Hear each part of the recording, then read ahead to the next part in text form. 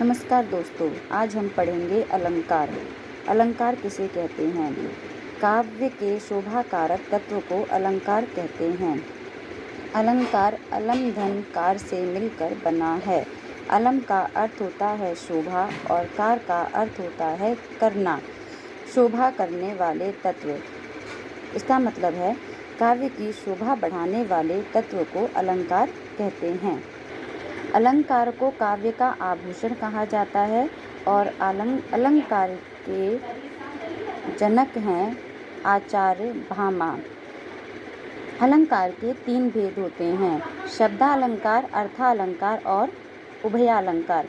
उभयालंकार का बहुत ही कम प्रयोग किया जाता है। अलंकार के 2 मुख्य भेद माने जाते हैं। शब्दालंकार और अर्थालंकार अलंकार के 2 मुख्य भेद माने जाते हैं।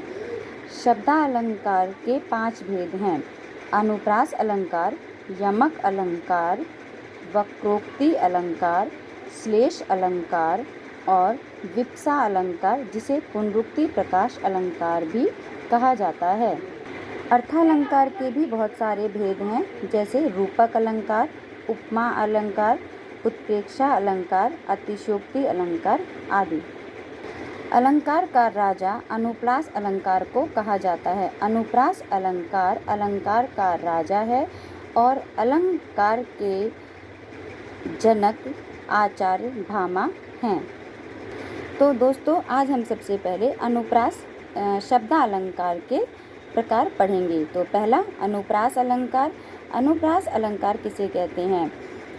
जिस भी जहाँ पर एक ही वर्ण की आवृत्ति बार बार होती है उसे कहते हैं अनुप्रास अलंकार।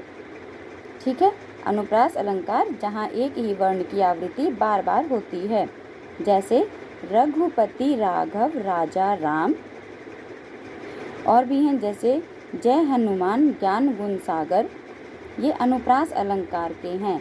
चारु चंद्र की चंचल किरणें, यहाँ पर एक ही वर्ण की आवृत्ति बार बार हो रही है, जैसे रघुपति राघव राजा राम में र वर्ण की आवृत्ति बार बार हो रही है। तो यहाँ पर अनुप्रास अलंकार है। अनुप्रास अलंकार के 5 प्रकार होते हैं, इसे हम आगे पढ़ेंगे। इसके बाद शब्दालंकार के और भी प्रकार हैं। दूसरा, जैसे कि आपका यमक अलंकार।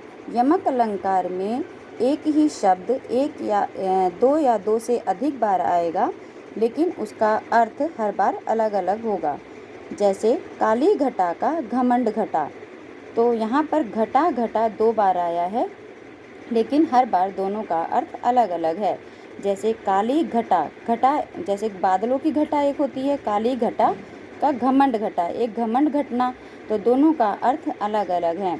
जहाँ पर एक ही शब्द 2 या 2 से अधिक बार आते हैं, लेकिन हर बार उसका अर्थ अलग अलग होता है, तो वहाँ पर यमक अलंकार होता है।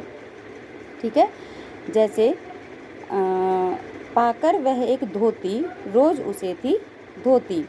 तो यहाँ पर धोती धोती 2 बार आया है। एक धोती होता है कपड़ा जिसे पहना जाता है, और एक धोती होता है जो धोना होता है। तो यहाँ पर ये यमक अलंकार के उदाहरण हैं। उसके बाद है श्लेष अलंकार। श्लेष अलंकार में जहाँ एक ही शब्द के बहुत सारे अर्थ होते हैं, मतलब कि शब्द एक बार ही आएगा लेकिन उसके अर्थ अनेक होंगे, तो उसे कहते हैं श्लेष अलंकार। जैसे नवजीवन दो घनश्याम। नवजीवन दो घनश्याम। घनश्याम का मतलब एक हमारे भगवान श्री कृष्ण को भी घनश्याम कहा जाता है, और एक बादलों को घनश्याम। तो नवजीवन दो घनश्याम। घनश्याम शब्द एक बार आया है, लेकिन इसका अर्थ अलग अलग दिया जाता है, मतलब कि इसके अनेक अर्थ हैं। तो यहाँ पर इसे श्लेष अलंकार कहा जाता है। एक और उदाहरण बताती हूँ इसका। जैसे हे प्रियतम बता दो मेरा लाल कहाँ है। हे प्रियतम बतला दो मेरा लाल कहाँ है। यहाँ पर लाल का अर्थ एक लाल जो रंग होता है, एक लाल है जो हम अपने पुत्र को, अपने बच्चे को भी कहते हैं लाल। तो ये श्लेष अलंकार के उदाहरण हैं। वक्रोक्ति अलंकार किसे कहते हैं? वक्रोक्ति अलंकार में जहाँ वक्ता और श्रोता के बीच कही गई बात का अलग अर्थ निकाल लिया जाता है, उसे कहते हैं वक्रोक्ति अलंकार। मतलब कि श्रोता कहना कुछ और चाहता है और वक्ता कहना कुछ और चाहता है, श्रोता उसको कुछ और समझ लेता है। ठीक है, तो जहाँ वहाँ पर वक्रोक्ति अलंकार होता है। जैसे शब्द क्या कहा जाता है, जैसे कहा गया, हे राधिके पट पर है कौन, मैं घनश्याम, बादल का क्या काम यहाँ, बरसों उत ओर। तो यहाँ पर कहा कुछ और जा रहा है, लेकिन उसको समझा कुछ और जा रहा है कि हे राधिकर पट पर है कौन, तो वो कहते हैं मैं घनश्याम। तो वो सोचती हैं कि घनश्याम मतलब बादल, कि बादल का क्या काम यहाँ, बरसों उत ओर। लेकिन यहाँ पर घनश्याम का अर्थ था भगवान श्री कृष्ण। पट पर, दरवाजे पर भगवान श्री कृष्ण थे, लेकिन उसको समझा कुछ और गया और राधिका ने उसे समझ लिया बादल, जाओ उस ओर बरसो। तो वक्रोक्ति अलंकार श्रोता और वक्ता के बीच कही गई बात का भिन्न अर्थ निकालना होता है।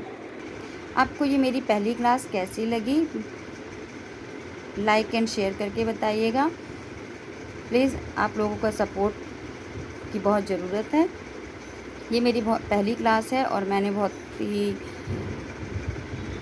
अच्छे से कोशिश की है इस वीडियो को बनाने के लिए। Thank you so much.